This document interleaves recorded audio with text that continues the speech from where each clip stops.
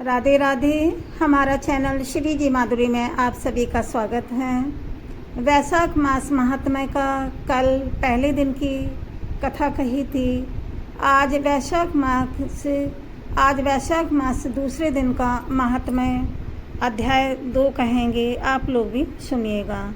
नारद जी बोले, हे राजन, वैशाख के समान कोई भी महीना नहीं है और सतयुग के समान दूसरा युग नहीं है। वेद के समान शास्त्र नहीं है और गंगा जी जैसा कोई तीर्थ नहीं है। जलदान के समान कोई दान नहीं है और भार्या के समान दूसरा सुख नहीं है। खेती जैसा कोई धन नहीं है और जीवन के समान कोई लाभ नहीं है। उपवास जैसा दूसरा तप नहीं है।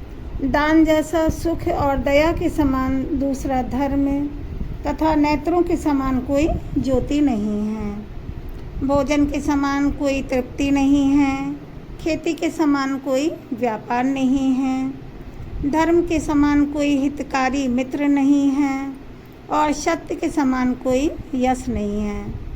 आरोग्य समान कोई हर्ष नहीं है। केशव के समान कोई रक्षक नहीं है और माधव के तुल्य संसार में कोई पवित्र नहीं है। ऐसा परम उत्तम वैशाख मास शेष साई भगवान विष्णु को सदा ही प्यारा है। भगवान के प्यारे इस महीने को जो लोग बिना व्रत व्यतीत करते हैं वह संपूर्ण धर्मों से विहस्कृत होकर शीघ्र ही पशु योनि को पाते हैं। जो मनुष्य बिना व्रत किए इस मास को खो देते हैं उनका कुआं बनवाना, बावड़ी बनवाना, बगीचा लगवाना आदि जितने भी धर्म हैं वे सब व्यर्थ ही हैं। उसका कुछ भी फल नहीं होता है। जो मनुष्य नियम पूर्वक वैशाख मास में भोजन करते हैं वे अवश्य ही विष्णु भगवान की सायुज्य मुक्ति को प्राप्त होते हैं। इसमें कोई भी संदेह नहीं है। संसार में अनेक प्रकार के दान और व्रत हैं, परंतु उनके करने से शरीर को अत्यंत परिश्रम होता है। उनसे संसार में बारंबार जन्म लेना पड़ता है। परंतु वैशाख मास में केवल स्नान कर लेने से ही प्राणी आवागमन से छूट जाता है और सब दान करने से जो पुण्य होता है, संपूर्ण तीर्थों में स्नान करने से जो फल मिलता है, वह सब वैशाख मास में केवल जलदान करने से ही मिल जाता है। जिसमें जलदान करने की सामर्थ्य न हो वह ऐश्वर्य की इच्छा करने वाले दूसरों से कहकर जलदान करावें। यह कर्म भी सब दोनों से अधिक हैं। तराजू के पलड़े में सब प्रकार के दान और दूसरे जलदान रखकर तोलें तो जलदान ही भारी निकलेगा। जो यात्रियों के लिए प्याऊ लगवाकर जलदान करता है वह अपने करोड़ों कुल का उद्धार करके विष्णु लोक को जाता है। हे राजन, प्याऊ लगाने से देवता, पितर और ऋषि सब निःसंदेह अत्यंत प्रसन्न होते हैं। जो प्याऊ लगा के यात्रियों को संतुष्ट करता है उससे ब्रह्मा जी, विष्णु जी और शिव जी सब देवता प्रसन्न होते हैं। जो जल की इच्छा हो तो जलदान करें, छाया की इच्छा हो तो छाता दें और हे राजन, जो विजन की इच्छा हो तो वैशाख में पंखा दान करें। जितने दान बताए हैं उनमें जलदान, छत्रदान और पंखा दान सब में उत्तम है। इन्हीं का दान वैशाख मास में अवश्य करना चाहिए। जो वैशाख के महीना में कुटुंबी ब्राह्मण को जल से भरा घड़ा नहीं देता है वह चातक की योनि पाता है। और जो तृष्णा से व्याकुल महात्मा को शीतल जलपान कराते हैं उसे ही राजेंद्र 100 राजसूय यज्ञ करने का फल प्राप्त होता है।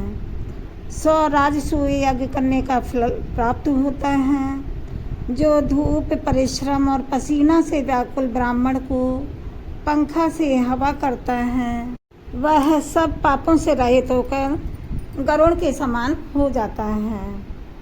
जो मनुष्य वैशाख में ब्राह्मण को पंखा नहीं देता है, वह अनेक प्रकार के वात रोगों से पीड़ित होकर नरक भोगता है। जो थके हुए ब्राह्मण को वस्त्र से हवा करता है, वह सब पापों से छूटकर भगवान विष्णु की सायुज्य मुक्ति पाता है। जो शुद्ध मन से ताड़ का पंखा दान करते हैं, वे सब पापों से छूटकर विष्णु लोक को जाते हैं।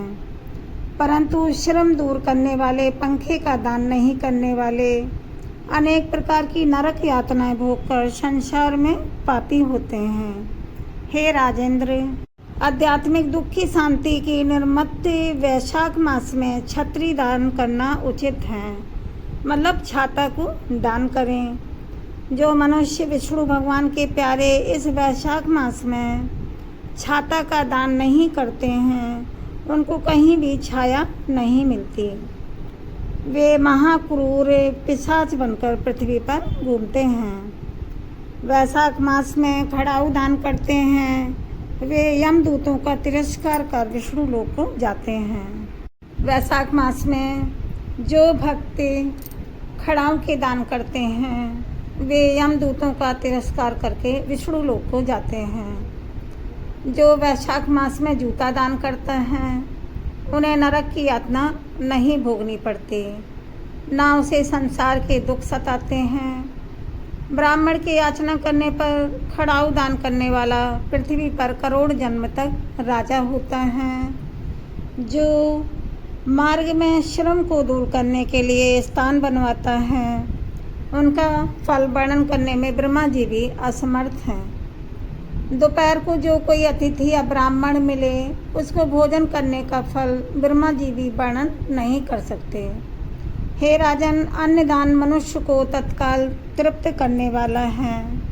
संसार में अन्नदान के समान कोई भी दान नहीं है। जो मनुष्य मार्ग से थके हुए ब्राह्मण को आश्रय देता है, उसके पुण्य फल के कहने की ब्रह्मा जी में भी सामर्थ्य नहीं है। भूखे मनुष्य को स्त्री, पुत्र, घर, वस्त्र, अलंकार, आभूषण कुछ भी अच्छे नहीं लगते।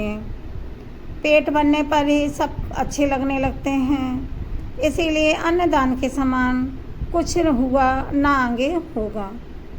जो वैशाख मास में थके हुए ब्राह्मण को अन्न का दान नहीं देता है, वह पिशाच बनकर पृथ्वी पर अपना ही मांस खाता फिरता है। इसीलिए ब्राह्मण को यथाशक्ति अन्न देना उचित है। हे राजन, अन्नदाता माता पिता को भी भुला देता है, दानी को ही अपना सर्वस्त्र समझने लगता है। इससे त्रिलोकी में सब अन्न की ही प्रशंसा करते हैं।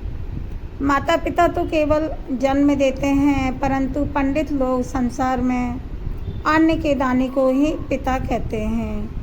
हे राजन, अन्नदाता में सब धर्म निवास करते हैं।